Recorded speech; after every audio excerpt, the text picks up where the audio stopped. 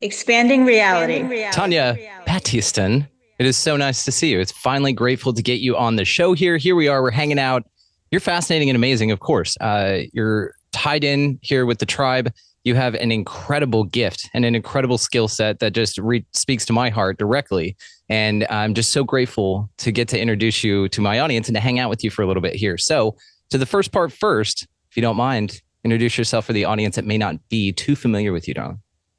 Okay. Hi there. And Brandon, thank you for having me. I just enjoy your show so much and the content you bring to light. Really a beautiful thing. So I'm honored to be here.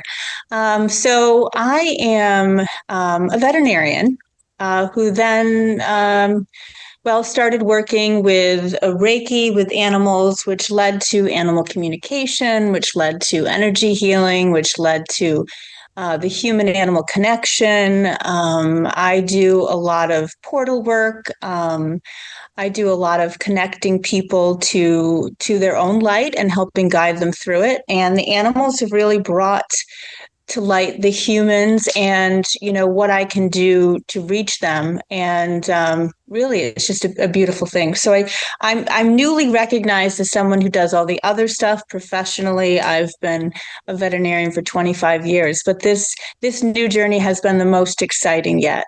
It's a new chapter, right? It's you've always been in the mode of healing, but now it's healing in an incredibly broad and beautiful way, even accentuating on what you felt limited by in the veterinary field or the medical field you were, introduced to in school, right?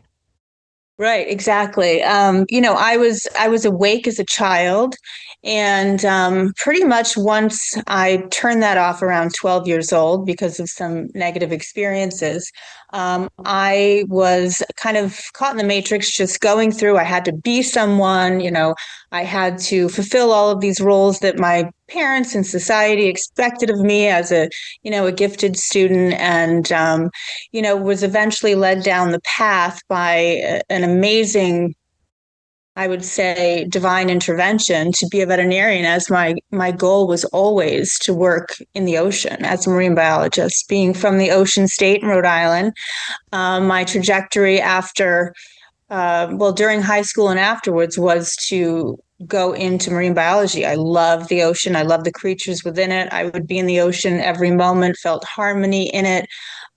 Just loved exploring, collecting creatures and observing them, and went into, actually applied to marine biology programs exclusively out of high school. Spent my last year in high school as they allowed us to go into an area where we were interested in our profession. So I spent a year at the Environmental Protection Agency watching marine biologists. And I was like, this isn't marine biology. These are all like dead tissues. These are scientists in dark labs. Like, I need to be out with the living creatures. But I was like, that's still okay, because I'm going to go to this marine biology program. I ended up going to the University of Rhode Island because we are the ocean state and they had a great program. And so I was, on the mark for that, got my schedule together on freshman orientation at the University of Rhode Island, was all geared up, and I'm in this line. This is before technology today, of course. So there was, a lot of manual entering of things. And I spent the first part of the day just putting in the different classes, getting them organized to go into the College of Marine Biology. So we all have to stand in this long line, right? And we are on campus. It's June. It's a hot day. And then one by one, we'd file in, and we would have the official registrar, what have you, enter these in, and that would be your schedule. So I'm in the line, and I was really shy at the time, and I didn't really know anyone around. So I was just kind of, looking around, and it was hot. And then I made eye contact with one of these faculty members that happened to be standing, keeping the line in order. And, he looked at me and he said, "Hi there, little lady." He said, "Anything I can help you with your schedule, or any questions that you have?" And then I've said this on another show, but I looked at him, and for the first time in my life, I said, "Yes, I don't want to be a marine biologist. I want to be a veterinarian." And he's like, "I'm the head of the animal science department. Come with me." And he totally took me out of the line. I'm this shy person. It never came out of my mouth before that. Not a word of even going down that path. And this man, this angelic presence was like, no, no, no. This is not your timeline. You need to work with animals. And because of that, he took me down into his office, head of veterinary program, and he just signed me up. And the rest of it just made sense, from there forward. My parents and everyone else was totally freaked out because my mom's like, do you know how much school that is? What about the ocean, marine biology? You went to the wrong college. Then I said, no, Mom, it's perfect. It's perfect. And then dedicated my life from there forward, just learning everything I could so I could be of service to the animals. And it clicked. It was like I hadn't thought about it before, but somehow my higher purpose was always to work with animals in that capacity, because with the animals that are domesticated, that are pets, that are beloved family members, comes the ability to also reach the human, the client. And that's essentially where the path led me. So now I not only work with animals in a beautiful way, but connecting with them, going through a spiritual awakening, connecting with them on a different level, I'm able to now reach the human through the animal, and recently been able to reach the humans without the animals being part of the equation. This is so awesome. Of course, of course, of course. So, of course, your divine timeline intervention there at 19. I mean, that's a huge redirect. And it seemed to be, yes, that this angelic presence was just like, all right, she'll be by any minute now. I'll know her when I see her. And there you go. And it's just this ping, and it's just this automatic thing. Outstanding. Now, I am curious about, you said switched off at 12, and we know that you get this indoctrination period. We get this time of magic while you're also being told there's no magic, while they're saying there is magic, but not really. It's an odd, confusing time, and it just seems to get more so later on. But in that time period, you seem to have a window where you are experiencing a ton of magic that you were aware of from your perspective. So I haven't heard anyone say that they deliberately switched off at a certain age. So I'm curious about not what happened to you, unless you prefer to share that, really what the magic was like before you hit 12. What were you experiencing in that way? So when I was about 5.5, we moved into this, in Rhode Island, this giant historic farm estate. And it was from the 1840s, but really a lot of the things that we find on property dated back to Native American times, the, American Revolution, that sort of thing. So I was in this, area that was isolated, and it was like my fairy tale land. It became, my imagination was in full swing there because my parents would be busy working. They were both, working full time, and I would just explore. And I was like an archaeologist. I would dig up all of these things. And as I dug them up, whether it was an arrowhead or it was a pail or a horseshoe, when I touched the item, I was able to, whether it was purely imagination or not, but I felt the energy with the experience that went into that object. Complete with that was a graveyard that was essentially part of the farm property. And within that graveyard, there were people that were buried there dating back to the 1700s, all the way up to probably pre-World War One. A lot of Civil War type things in there. And when I would walk through, I was never scared. I, always gravitated towards certain, I guess, sites where one was a little boy named Charlie, and I would feel the energies around what went into their passing. And I could feel the energy of the parents mourning the child and the family that lost the soldier. And it was so profound that I found myself there quite often. And but nothing really happened in the cemetery other than that. But the house itself was alive. I mean, there were spirits everywhere. I mean, there were, and of course, as a child thinking, everyone's telling you it's not real. But I was at that point clairaudient and clairvoyant. I could hear there were children that walked around my bed laughing every night. There were heavy steps going up and down the stairs. And I would repeatedly tell my parents that I was experiencing these things. And, they were just naysayers at the time. They didn't want to frighten me, although they did hear some things themselves later on. And I would just kind of live with it. I was a little fearful of it, but to me, it just like the property was alive. It was like all of these streams of consciousness were just like time wasn't linear. Like I could go in and out of different timelines there and immerse myself within the feeling of, say, the horseshoe that was there, or, between the graveyard, the old barn that still smelled of horses and cattle and still had a hayloft with some hay in it. And then all of the land, it was just like a natural paradise. It was for me just, I don't know what I would have done without that experience. So most of the experiences I had were benevolent. But when I was 12, so there was one time before I was 12 where I was on a tire swing in my yard. And as I went up on the tire swing, there was this very dark figure that was probably 10 feet tall that was walking above like the hedge line coming towards me. And then I went down on the tire swing and came back up and it was gone. But it was such a powerful visualization. I was like, whoa, this isn't all fairy tale land. This isn't all like positive imagination. And then I was a latchkey child. Then came the day that I came home from school. It was fourth grade, I believe. Came home from school and my house there was a central staircase and then there were all these rooms that kind of circled around it. And one door opened to the next room and so on and so forth. So I'm sitting there watching television by myself and all of a sudden the house started, it's like something transformed. It almost came alive and it had this energy that was very scary. That's all I can say. It was terrifying. And both of the doors in the room slammed shut at the same time. And I was trapped inside. I screaming out of the house, was able to get the doors open and left and sat in the driveway. And I remember just panicking, waiting for my mother and to come home and I wouldn't go back in the house. And, that's the time where I said, I don't want to see or I don't want to see or feel or hear anything again.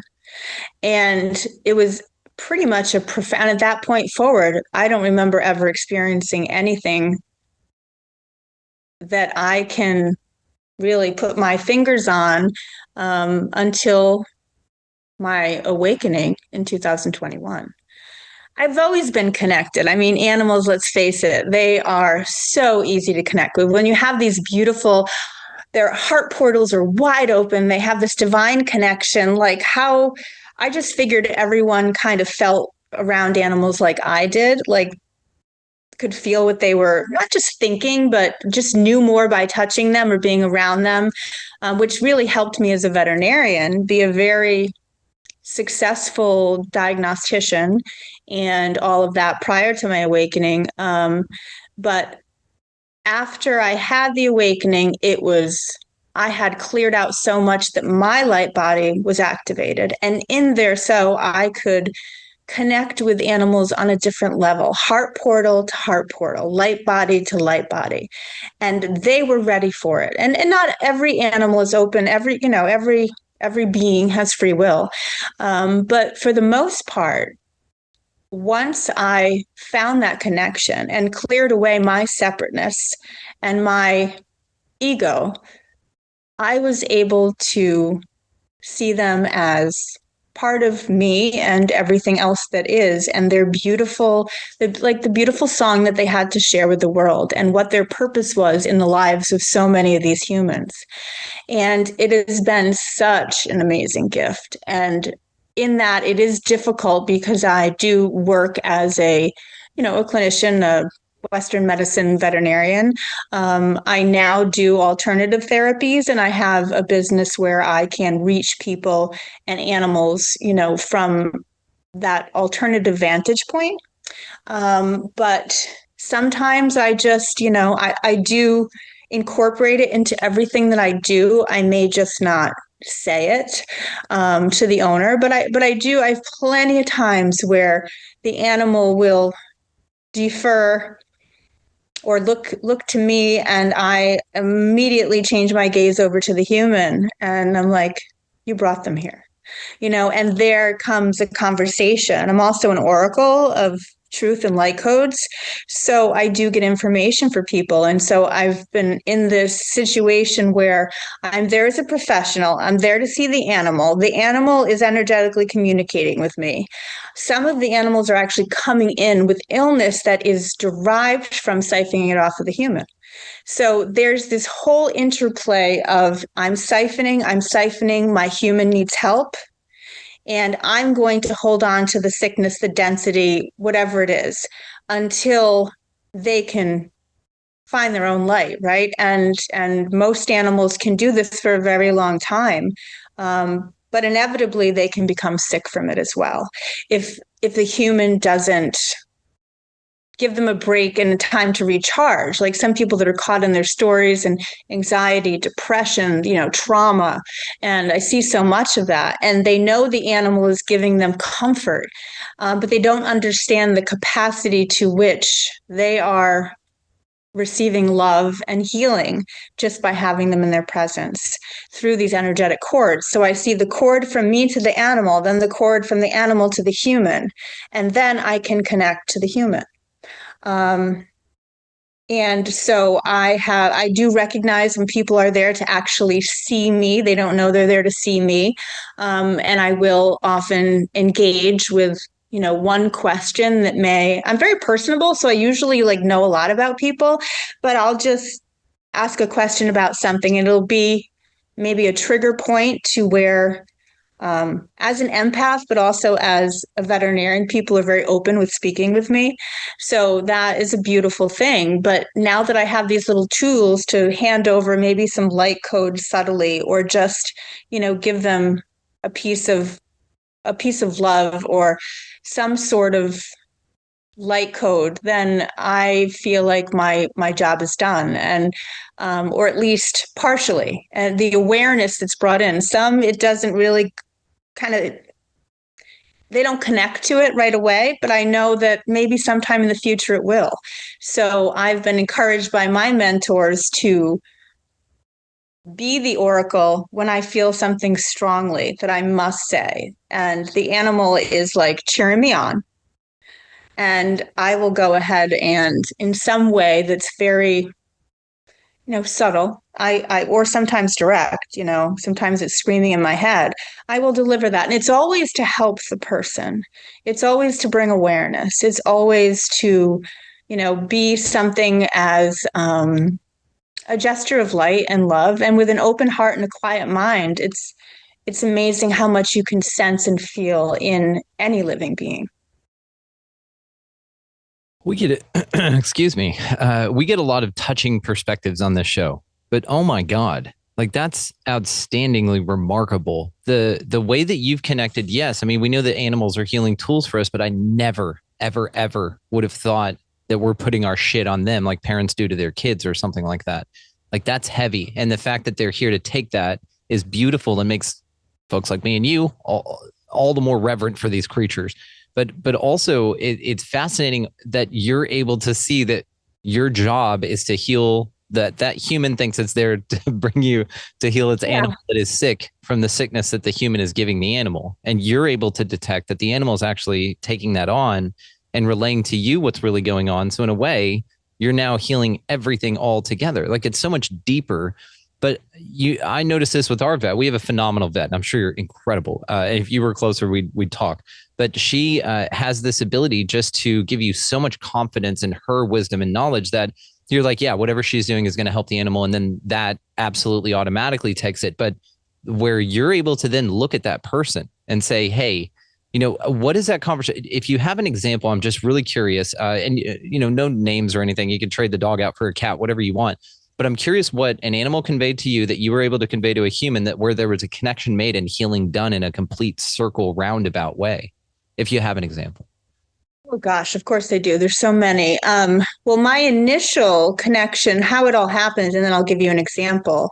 When I went through a traumatic medical condition that threatened my ability to use my hands back in 2021, that led to a dark night of the soul, that led to my awakening and shedding density and losing the ego and all of that stuff, and realizing that I was more than my hands when I defined my worthiness in this world by everything I could touch and feel and just, create, because I'm a painter, I'm an artist, I'm a gardener, I'm a surgeon.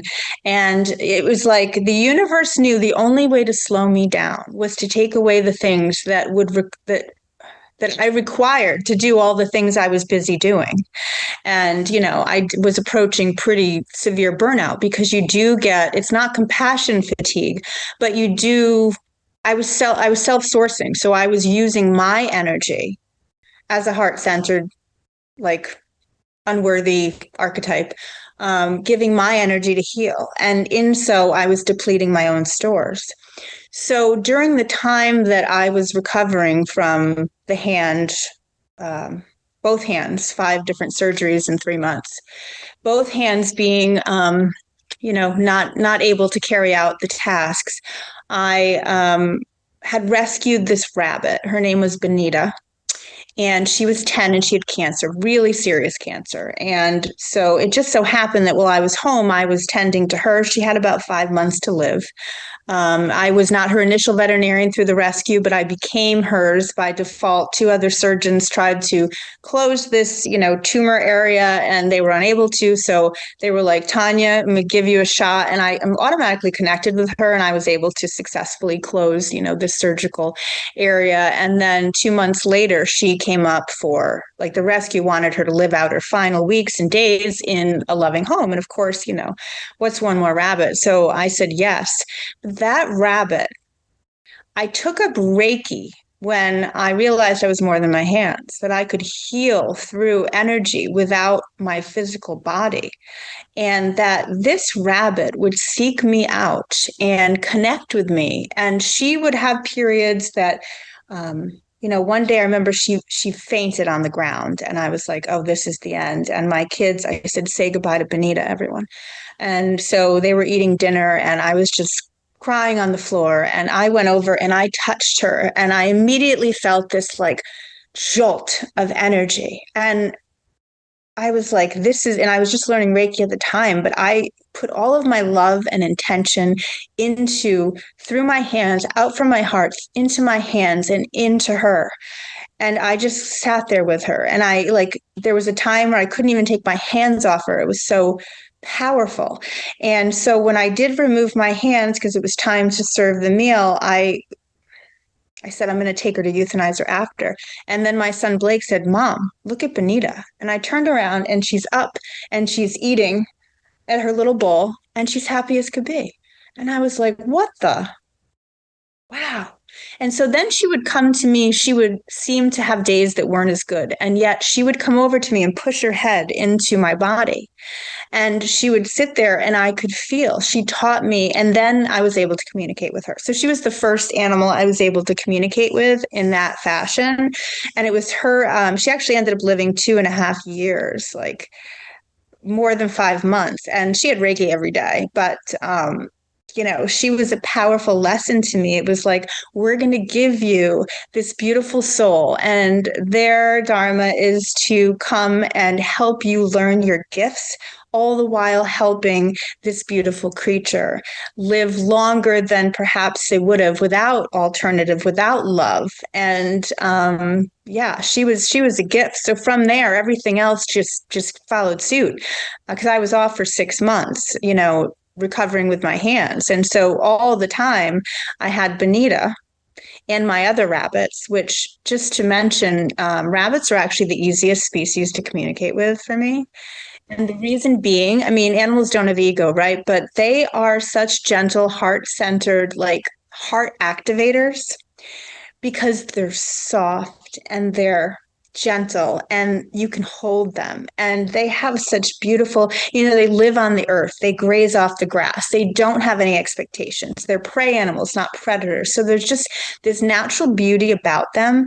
And so they very quickly can offer themselves for conversation, for energetic exchange, they're really here they blanket the earth, right? What other species is on every continent?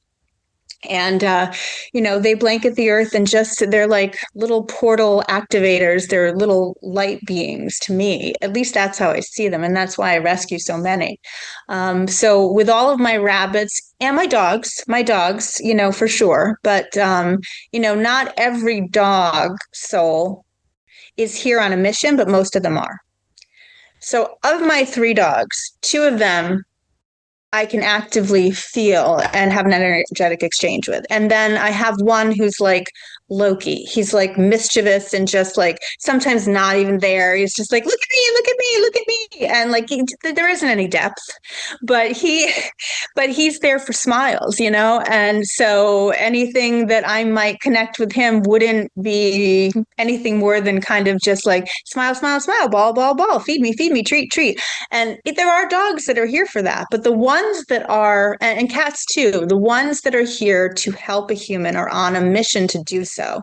And those I can meet at a certain level. Usually I need to be in person for that, where I can connect with them through the eyes. It's like this moment of recognition where they're panicked and they're looking around, and that I can just like lock a gaze with them. And in some animals that would be considered a challenge, but not the way that I can connect with them. And really anyone can. We all have this light.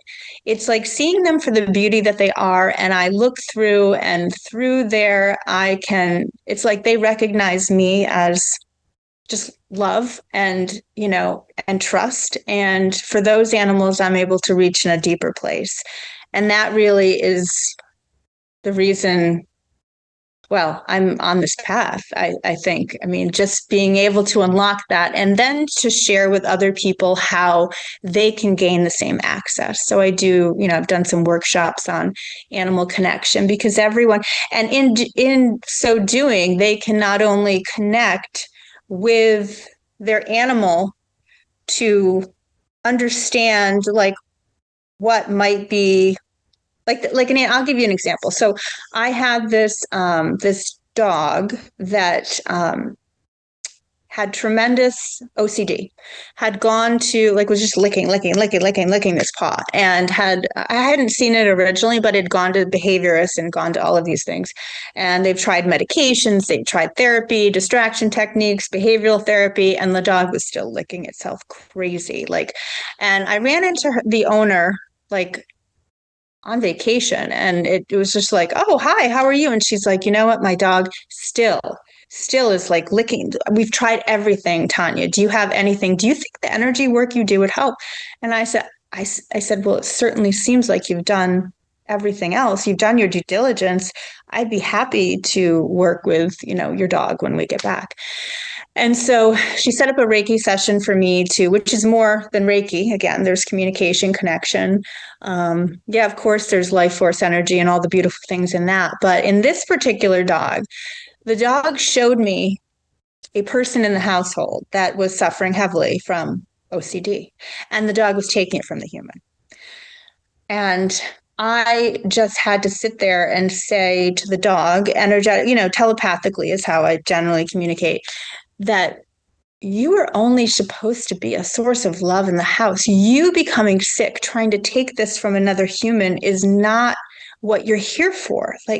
You need to just continue to thrive. If you're burdened down with all of these kind of human burdens, if you're burdened with that, then you won't be able to be here for your full, duty as a source of love and comfort and compassion. And so when I asked the owner, I said, I think I understand why it's not working. I said, do you have someone in the house that has severe OCD? And she said, yes. She said it was one of her children, and that particular person has suffered with it she was 18 at the time, I think, a great amount of it. And she said, you know what? when this person's home, the dog is worse. And I said, well, let's work on, do your work with your daughter. But what you need to do is to tell this particular dog that, like, this isn't your burden to carry. Like, it just isn't. And so I just kind of cleared out the chakras and did what I could to realign the energy. Universal life force goes where it's needed. So I don't need to direct it. I can feel where it's needed. And this animal willingly took it on and was definitely better after that. And so I think that is a perfect example of certain things that can happen. Now, are there types of anxiety, of depression, of trauma, of anger, of hate, of jealousy that an animal can take on because it's a negative or low vibrational emotion?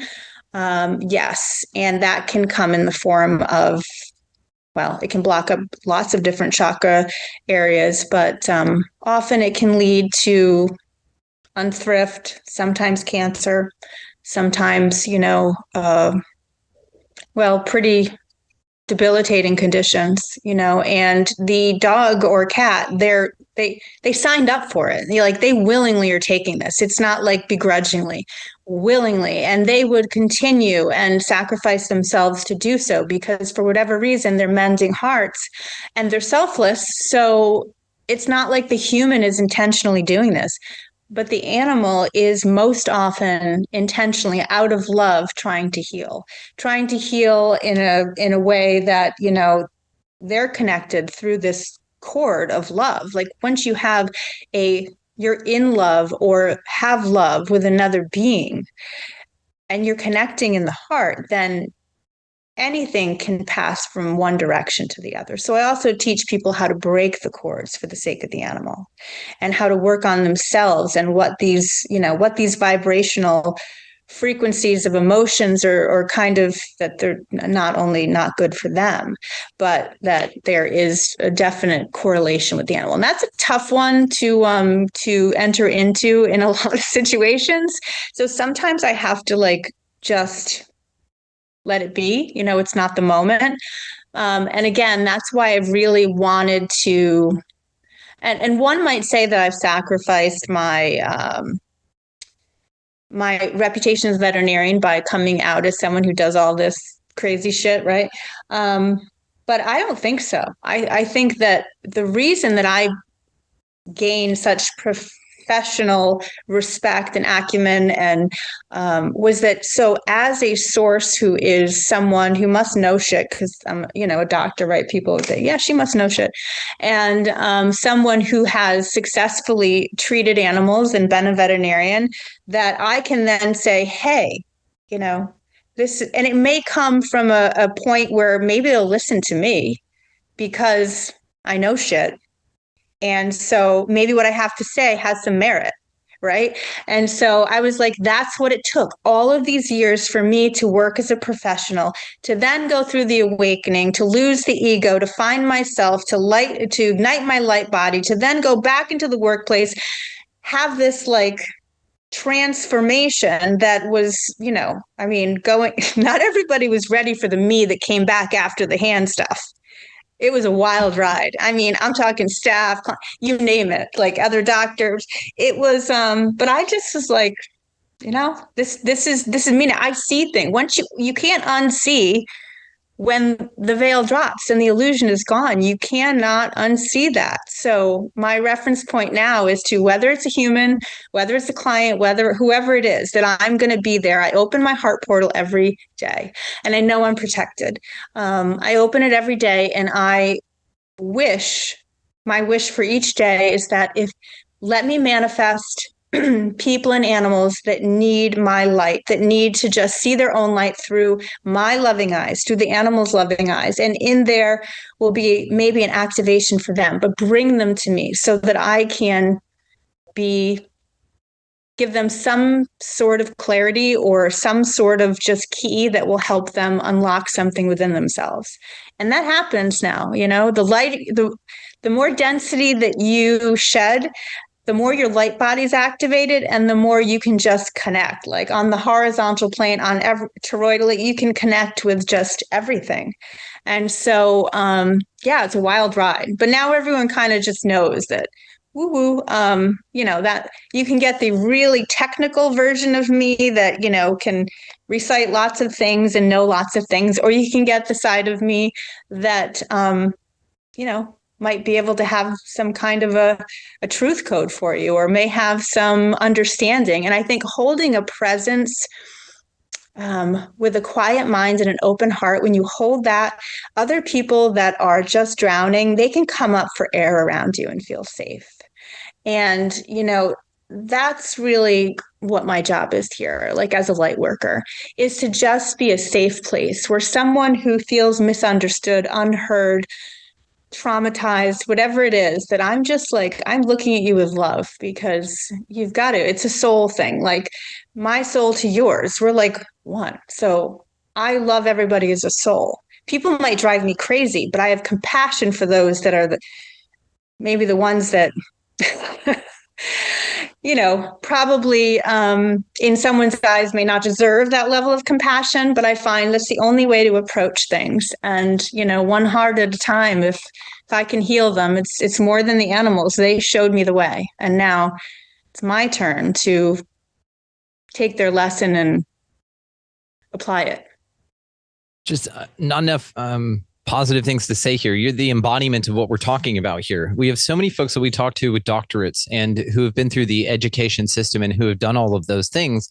And then now we speak in terms that if they were back in college, they would not have finished their college degree for, or they would have been kicked out or something like that. And so to see you go within a disciplinarian and then come out with some extraordinary experiences that actually help you do what you're here to do better, not to do your job better, which it trickles down to that, but to embrace your calling and to do that with zero boundaries or apprehension about being an authentic part of yourself. That's beautiful. And even more so too, let's say that you offer some of these alternative medicines. My folks are not cannabis people, but they offered their dog CBD because the vet said that it'd probably help. Same thing with some of these alternative things. Like let's say a traditional home may not be into some of this Reiki stuff, but if you say, hey, actually, this will fix your dog without me needing to go and do these invasive surgeries, you can sort of get them on it's not going to cost as much. Cool. It's the budget plan. But then you have an opportunity to show people the true scope of what healing really means. And it starts with you, and you know this, you embody it, you take it on every day. It's just so remarkable to be here with you, to hear what you're out here doing. And then also I want to compliment you on that. You have a superpower of mine, or I'd like to actually come back to your experience as a child and talk about your superpower real quick. So your experience as a young girl, just before we move on to anything else here, it seems like you did have a remarkably open channel and that you had some opportunities to experience some incredible things. But it seems also that the further we get into programming, the more, your parents were the whole time, the people who are you're around, your ego structures, all of these things you identify with as safe are telling you that the things that you're experiencing should be scaring you or were non-existent at all. So therefore they were scary to you because they weren't acknowledged by your structure, by your family. And then it's interesting that something amazing happened to where it ramped up in intensity, and maybe not to do so to scare you off, but it did scare you off. And so what's fascinating again about this is it seems like it levels up in intensity to where you're now able to perceive more. At the same time, you're being told that you shouldn't or told that it's not real. So this bifurcation within your psychology, and then of course the experience of the world around you. But then also with that experience, it seems that it's still in there, your powers, let's say, because that's absolutely what this is. I'm hearing is just straight up abilities, and I'll come back to psychometry in a minute. But it seems like those have been there, but you found a way to alchemize them and to let the energies greet you in a way where it's controlled by you rather than external and received in a way that's scary or that can be perceived in a way that's comfortable for you to move on. And that's why it stopped, because you asked it to. And this is the other thing about this. It'll keep inviting and keep ramping up and oh, dude, she's super receptive to this. They don't necessarily maybe are speaking to you in a correct language if it's a guidance of sort. But this is what's interesting. Have you ever read the Seth material by Jane Roberts, like Seth Speaks or any of that? Any of those? Okay. I'm going through Seth Speaks now. And one of the things he talks about in there is as a spirit, as a being, as a personality, as an entity, his job, if you want, one of the jobs offered in afterlife or in another realm is to guide us, right? So you're like your higher guide. And so what's interesting again about this is it could be just a guide that's doing its best, like, oh, she's really into it, and then sort of blows it, you know what I mean? And gives you too much. And so that's almost like a part on the guide as well to say, damn, you know, we had this thing. But again, I don't necessarily believe in faux pas here. It seems like it happened that way as a lesson for the guide. Maybe I'm reading way into this, but as a guide that was teaching you, but you know, maybe went a little too far, but then also it was perfect timing for you to dip in, which all of it's planned at some higher level, even beyond the guide and yourself, which is, again, I mean, just so interesting when you start layering all this stuff together. Do you find, and so let me compliment on your psychometry. So do you know what psychometry is? That's what it's called, what you were doing when you can pick up an object and know its history and know all the story behind it. That is one of two superpowers, young lady, that I in this life would love to have. You're a teleporter away from being like the ultimate superhero in my mind, but you also have all the animal stuff ticked off. So you're actually excelling in that better. So psychometry is, again, one of my favorite things. Do you feel like you've completely lost that altogether, or that you mentally just detach from it and that it maybe comes in every now and then without you mindfully doing so? I think it's still there. Well, I also do a lot of work with crystals, and they're powerful, and animals are very responsive to crystals as well. So, as part of a healing modality, I use them, but I was just at the ocean, and certain rocks and crystals and minerals will call to me, and I will pick them up and have a certain feeling. Just like every crystal has a different vibration. Like for me, crystals are alive. They're, what they are sending out, what the vibration that they carry makes a different feeling, or has a different, it has a different feeling for me, each one. So I have this little like rock identifier app, but I don't necessarily need it. I can pick something up and I'm like, this feels like jade, or this feels like jasper. And even in its roughened form, sea tumble and all of that, I can just like feel the activation. So I probably, and I talk to plants. I'm big into plant consciousness as well. So I do think it's still there. I don't know if I could go. I've loved history. I remember being on the beaches of Normandy in my trip there, and there the sand was alive. That I think anyone could go there and feel the power within all of that area and the history and everything that happened there. So I think we all have a little ability to do that. We have a certain feeling. We can go somewhere and it evokes an emotional response or physical response.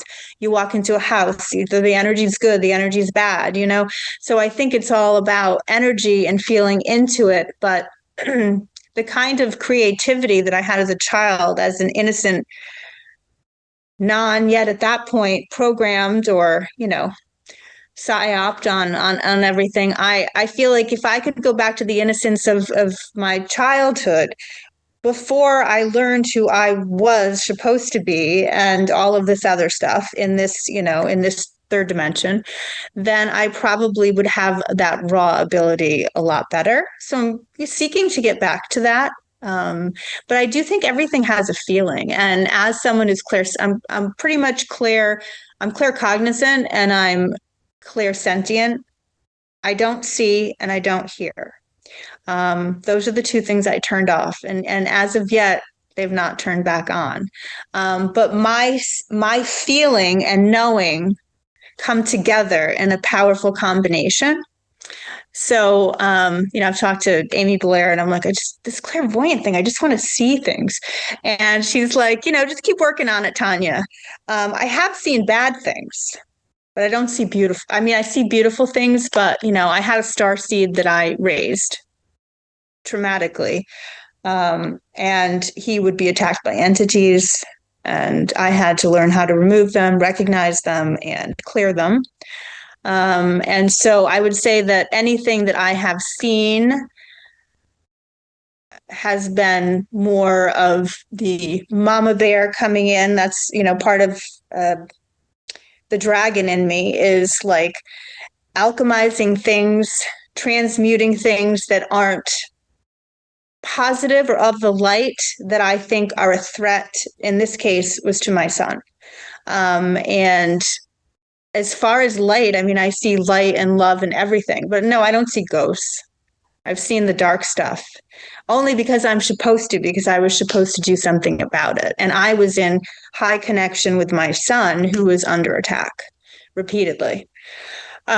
So yeah, I don't know if I answered your question or if I went on a tangent. I'm known to talk a lot. So No, you're perfect. It's great because everything you're talking about, I'm just like, yeah, I hope she keeps going. And then you do. And so thank you. I am curious, and you did answer the question. I am curious about have you found an energy system or a chakra system within the animals themselves? Like lizards have different chakras from dogs? So this is a very interesting question because, I work with mammals and they're all heart centered. They're all heart centered, although their chakra system can be bogged up with things from the human or collective consciousness that are out there. They're not always protected against, because they keep their heart portal open, protected against collective consciousness, emotional states, trauma, all the stuff that's out there. That it doesn't always have to come directly from their human. It can come from the environment and the stress within it. But so yesterday, and I don't usually go on Facebook, Instagram, they can have these like neighborhood pages, right? Where people say, oh, I'm looking for in search of like someone to fix my roof or what have you. So I happened upon it yesterday. There was a picture of a turtle that had its shell crushed. And underneath was a man who explained that he was going to assist this turtle he saw on the road over to a safe place. And when he went to see the turtle, he realized that the shell was broken. It had been run over, but it was still alive. And so he was just asking for help. Like, what do I do? Some people were like, go to all these rehabbers. Of course, it was Sunday. Nobody was open. And I'm watching these things go down. And they're like, someone told me to just crush the head. They're hard to kill, whatever, like just to put it out of its misery. And so I just like, before I even think about it, I was like, I'll euthanize the turtle. I don't want it to suffer. You don't have to go to any of these other lengths that seem barbaric. And certainly, yes, you're putting the animal out of its misery, but at the same time, there's humane ways to do that. So I don't see reptiles, right? So here I am. Then I start looking into chelonians and how difficult they actually are to euthanize because they can be without oxygen for like 27 hours. Their mind can still be alive long after the heart has stopped. Their metabolic rate, because they're poikilothermic, meaning they're like as the temperature of them with reptiles is what it is in the environment. So that's why they always have to stay warm. And so if they've been traumatized, they go into shock, their metabolic rate decreases, all of this. So I'm thinking of all this before I get the turtle. And then I meet him at the hospital and he's like, can I come in? I'm like, I mean, you're a nice guy, but I really probably shouldn't take you in the hospital. We just met. So I take the turtle in and I'm like, I'm going to do this. So I, called in my guides, my higher self. And I was just like, Source, just help me help this turtle. So I put my hands on the turtle. And not only was it a reptile, but it was a wild animal. And I think we had a question. We talked a little bit about consciousness of wild animals versus domestic animals. And my understanding in touching this turtle, I immediately felt a connection. And I was like, I didn't realize that reptiles really had the same kind of connection, although, we are all connected. So I'm touching the turtle and it was horrific. I mean, the shell was broken. It's, turtle shells are basically their skin. You break the shell, there's the whole internal system. So I'm looking at intestines. The rear legs are paralyzed. The back is broken. The front is moving its head around. It's got its little, arms going like this. And I just can immediately feel that this animal is in panic, in pain, in distress, but it's trying desperately to stay alive. And so I just touched it and I said, with everything within me, I've never connected with a turtle, but feel the grace and the peace of my intention of love and comfort until I figure out how I'm going to get a vein and all of that. And so I just in that stillness connected with the turtle. And I was like, what a beautiful soul. So I find a way. I actually am able to get a vein in the turtle. I mean, because they also have scales. get a vein and I give it a very serious, high-end kind of like opioid, and so it can just be comfortable so that I can then humanely euthanize it. So when I do that, the turtle relaxes and, just sitting there. And I just had a moment with the turtle and I was like, this is a beautiful connection. It's not like the mammal connection, but it's a different one. It's a wild animal. It's a reptile. But I could like feel it and it was just beautiful. And so when I gave the animal Reiki and then I euthanized it and ensured it was deceased, and took it home and buried it. But on my way home, it was raining, pouring, pouring, pouring. I pull out of the animal hospital. I turn onto my street, and this beautiful red cardinal just comes and kind of like hovers right in front of my car and passes on. And I knew it was the soul of that turtle thanking me. Yeah. Those are the kind of signs, if we look for it, they're everywhere.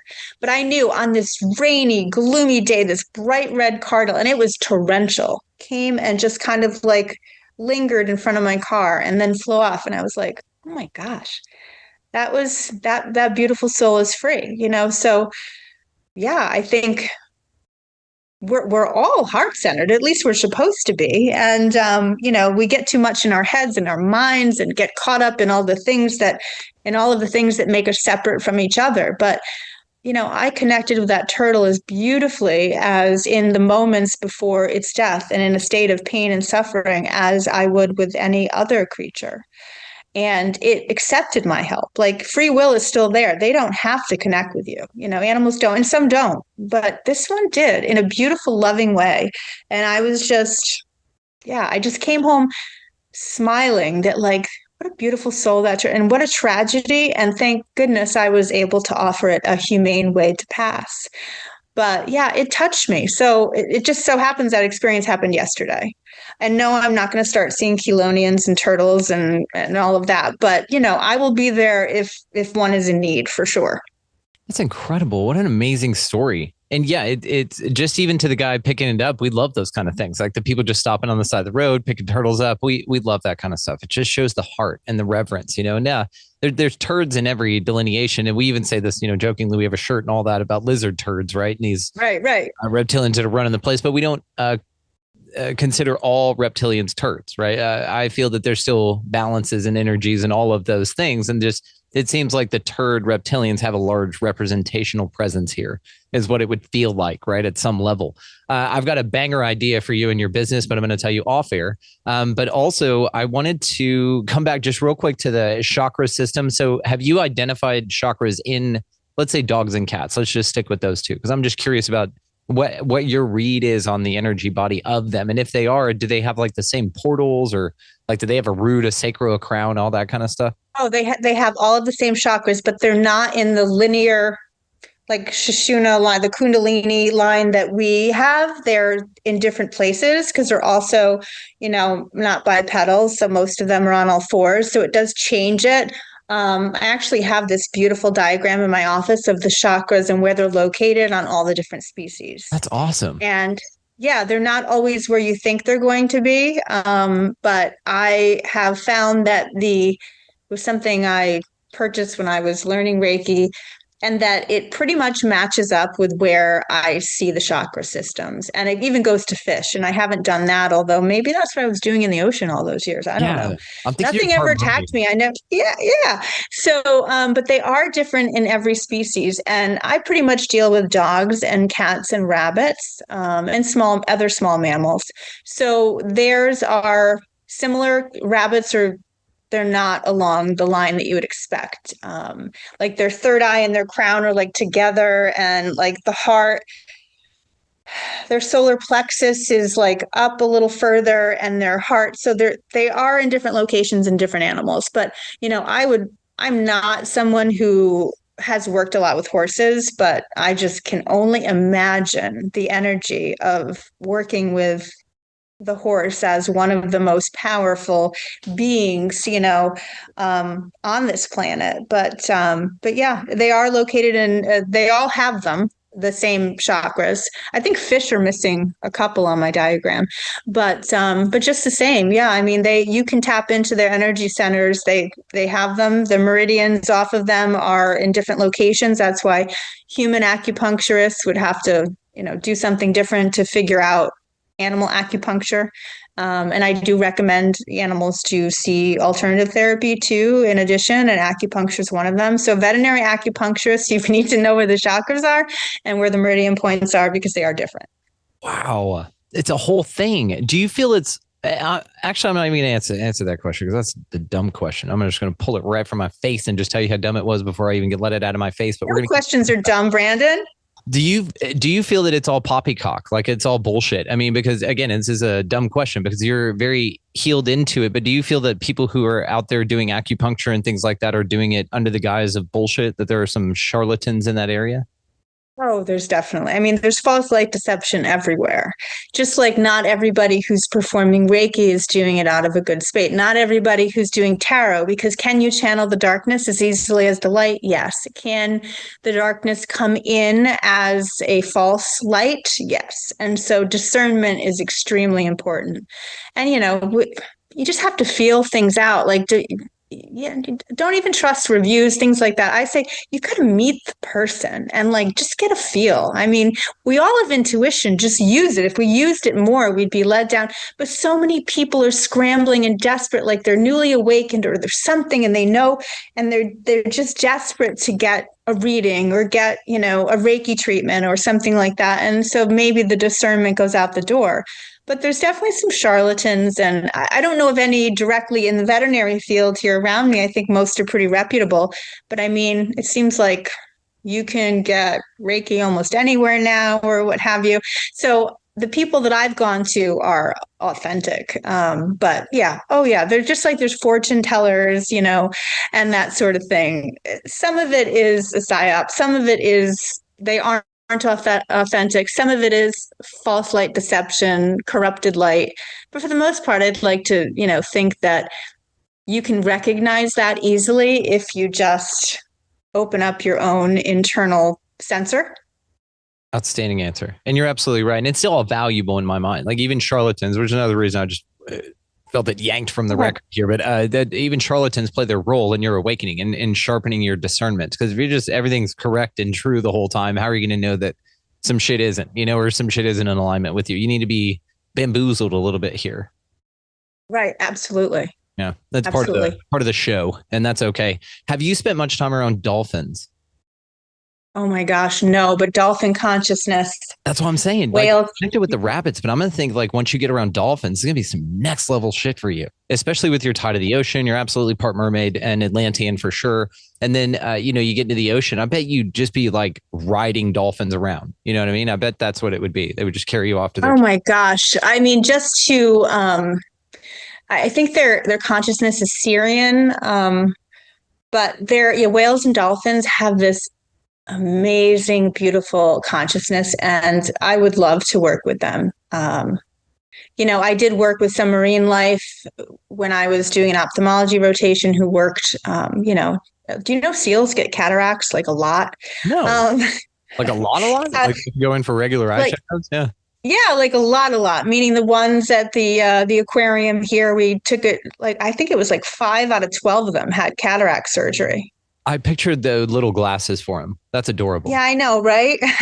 Little waterproof. But I would love to work with dolphins. They're just, just everything about them, their intelligence, their beauty, just the fluid. I've been on a boat and had a pod of dolphins go by, and it's just this rhythmic, beautiful, perfect, just them coming out of the water, rising and falling. It's magic. Yeah, I that might be next, Brandon. I'm thinking Thank you for the suggestion. Dude, it was, it's in there. I'm shocked that you haven't yet. And that's what's so wild about this. When you talk about your connections and then knowing the depth of what we've heard about dolphins and their intelligence and their connection and all of these things, I bet you, like I said, you'd just be carried off to their kingdom and be just there now.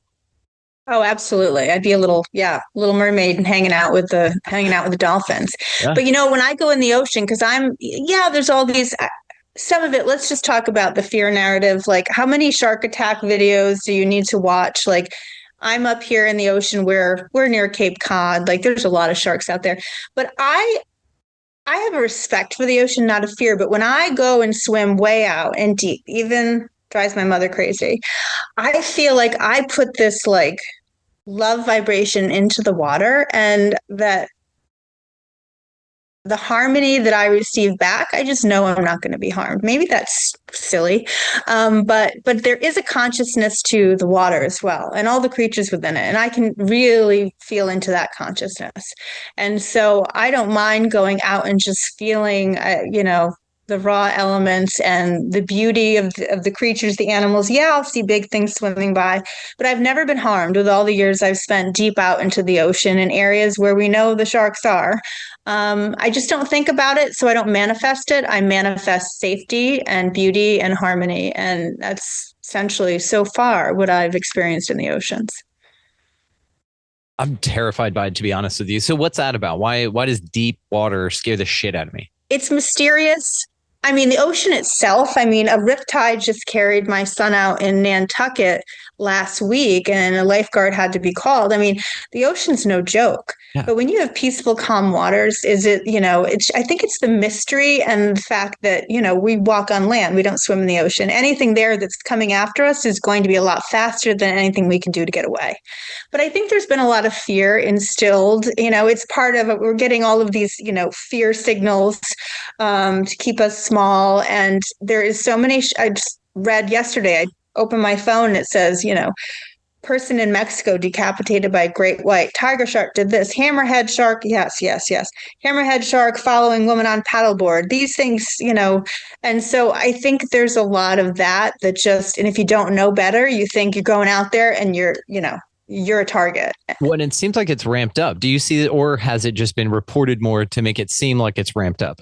These killer whales attacking sailboats and stuff like that, or hitting sailboats and knocking people off of stuff. Like before, we knew that surfers knew this, that they kind of look like a seal from underneath when you're on the board and you're paddling with the profile.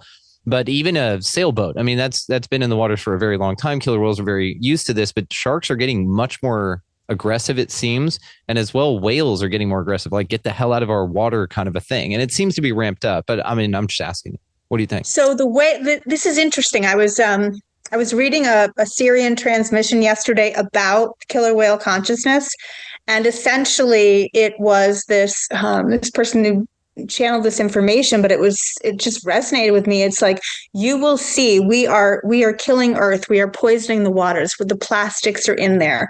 Like the animals with higher consciousness, they're fighting back.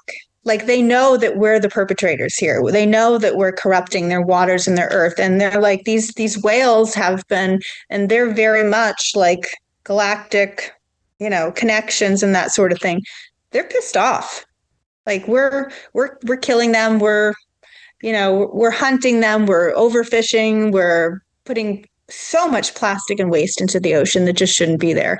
But it's this whole thing on how we could help without the animals having to.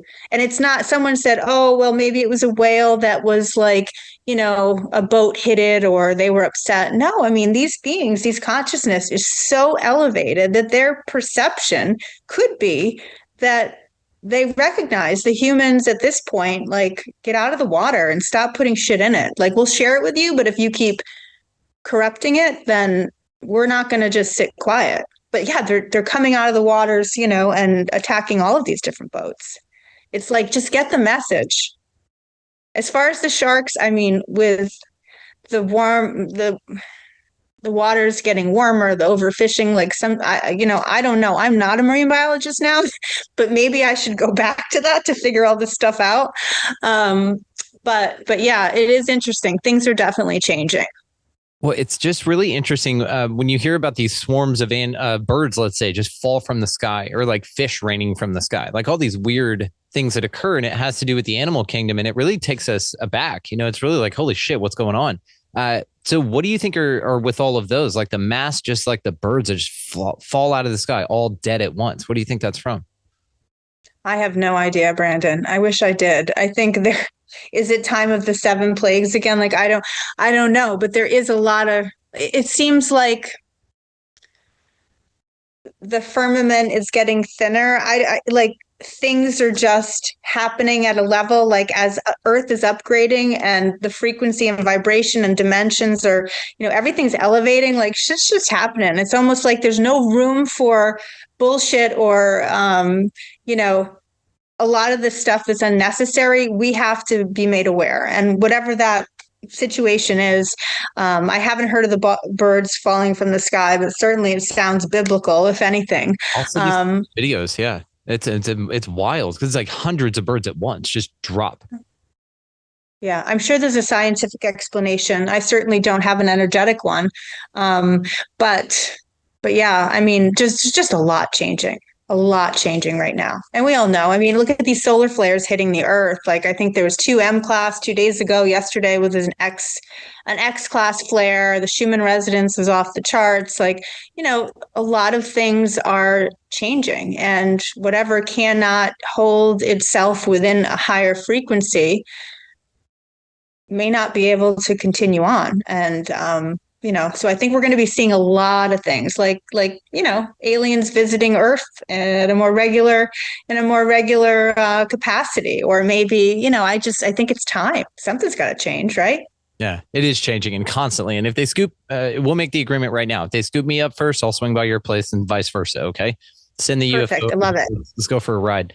I do want to know your feelings about the work that you're doing. I'd just like for you to tell folks about what you're offering with your new service and everything. So just tell us about the work that you're doing now beyond for us other mammals out here, for the more human mammals among us. So, well, I think my main passion right now, I mean, I had my son is a Andromedan Starseed, and he never wanted to be here. He knew he was different from the moment he was born. He cried. So my raising a starseed, from keeping him from taking his own life for years and years and years, and awakening to my own awareness, helped me hold the light for him long enough that I know that not every, like, I don't think that prolonged states of depression, anxiety, like a lot of these children that are just suffering with what they're being suffocated by all the information that's coming in that doesn't hold truth. And when you have a starseed or kind of a new soul from a higher dimension that came here to help, and they forget who they are, and then they're submerged into this density and duality and polarity, there's so many suffering, and there's so many starseeds being born and are growing up. And so my focus right now is really helping teens like my son, which I do complementary, because if I can reach a child when all other traditional medical therapy, kind of Eastern stuff, when that has failed your child or yourself, and maybe it doesn't have to do with the brain. Like my son was diagnosed with anxiety, depression, OCD, possibly bipolar disorder, yet no medications ever helped him. Went to every medical person that there was, and they just didn't connect, because the problem wasn't in his mind. It was in his auric field. It was in his vibration. It was this is too heavy here. And so in that evoked, he was able to, in not knowing how to protect himself, the collective density and everything around him was penetrating and going into his field and creating these emotions that weren't necessarily his to begin with. They weren't organic to him. And so I see stars, I can see when there's a starseed, because being a mother of one and saving their life and helping them manifest the life of their dreams, which Blake is now doing, yeah, it's quite a journey. And when I see these suffering children and these parents who have tried absolutely everything, I'm willing to say, listen, if you want to try another approach, then let me work on the energy body. Let's reach them through the heart. Let's turn our lights on so that we can pull other people into activation. We can help them see their own light. Like that to me is, if I could save 1 million or even just one child like my son from taking their own life or going down a path of addiction they can't get out of. A lot of addicts are those that just feel everything, they don't want to feel it, so they numb it out. And My dad is a perfect example. He was an angelic, and he just didn't understand that everything around him he was getting in was never his to begin with. So, he was an alcoholic, and, he had such this beautiful light in him. And yet no one ever said, hey, if I can be there to reach those people, the ones that know there's something different about them, like my son would say, I didn't ask to come here. This is not home. It's like he refused to interact with this dimension.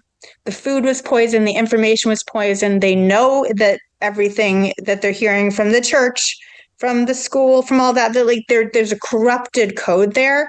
And truth is the only thing that these sensitive souls, not just starseeds, but sensitive empaths, psychically aware, that they like get that something's not right, and yet they're being told, no, this is the right path. You have to go to college. You're not going to be anyone if you don't. And, you have to do this and you have to be someone. And instead, they just know they're here on a higher mission, but nobody's telling them that. Nobody's saying, yeah, you are light and that's beautiful. You are different and that's a gift. And I think one of my gifts is reaching people like that, the ones that just have almost given up or just feel like they need to turn to things to just numb the pain. And yet their light body is in there. And it's like, I just want to help them find it. And it took a long time of holding the light for my son until he found his own and helping him. But I eventually, with these, I had to tell him who he was. And then when I did, with the help of a shaman, when I did, and I told him, I love you for everything that you are, everything that you aren't, and that all of the stuff that you've been through, it has never been anything more than you trying to struggle in a place that doesn't feel like home, that doesn't feel resonant to your beautiful blueprint. And so yes, I will also teach people how to do energy healing on their pets. Animal connection. I do have oracle guidance. I'd like to be a mentor for those that are, either empathic, starseeds, whatever, psychically know something's different. Like, I just got it, like they know something's there, but they don't really know how to articulate it or where to go. Like, they'll find me. I'm just in service to the light. And so as a light worker, I just keep trying to manifest those that maybe I could just help them turn their light on. I just want to manifest helping those people. So teens are my main focus, like the young coming into this world as something otherworldly and having a hard time. They have dharma, they have like a mission, and that sense of mission won't be ignored, but yet there's nothing that resonates with them around what's being offered in this dimensional situation at this point. So yeah. And also, helping people choose crystal, doing crystal grids, like bringing crystals into activation for your animals. Animals are very sensitive to crystals. I love doing crystal work with animals. So a lot of that, but I mean, it's only been 2.5 weeks. I had 2 people sign up so far, but I'm out there to let people know that, like, if you have a child and you just feel like nothing has worked, let me talk to them. Maybe, or maybe not. Maybe I can reach them in a place where I was able to reach my son. I feel like I was put through that process, that traumatic process of raising him and trying to help him see his own beauty, that I was schooled to be someone who could then help others. And I wrote a story about my son. I helped him manifest. He's in Montana as a fly fishing guide. Nature was the only way he could find peace. He couldn't, he didn't go to college. But a year before this, I wrote him a story, and in it, I wrote his highest timeline. And I showed it to him, and at the time, it meant nothing to him. But that story and the depth of it and what it meant, and it was basically the road home, which was about him going to Montana and living in nature before we even knew he was going to be a guide, before we knew anything. And if you love someone enough and you connect with them, and they don't have the ability to manifest their highest timeline, I think Blake's proof that you can actually help them. That story that I wrote, it all came true. It all came true. I just reread it and I was like, oh my gosh, like this is amazing. Like I said, I don't need anything more for me, but help me manifest this for my son. And that's what he's doing. And it was like all the stars aligned. He got this position in this, huge, this lodge that like is on the Bighorn River. Shout out to Bighorn Angler because they took on my son, and man, what a difference it has made for him. Yeah. So all the stars aligned. So don't lose hope. I guess that's it. There's always hope. Tanya, all the ways to find you are going to be located down in the show notes. You have an open invite any damn time you want to come back, and I can't thank you enough. This has been incredible. Thank you so much. You're so welcome, Brandon. Thank you so much for having me.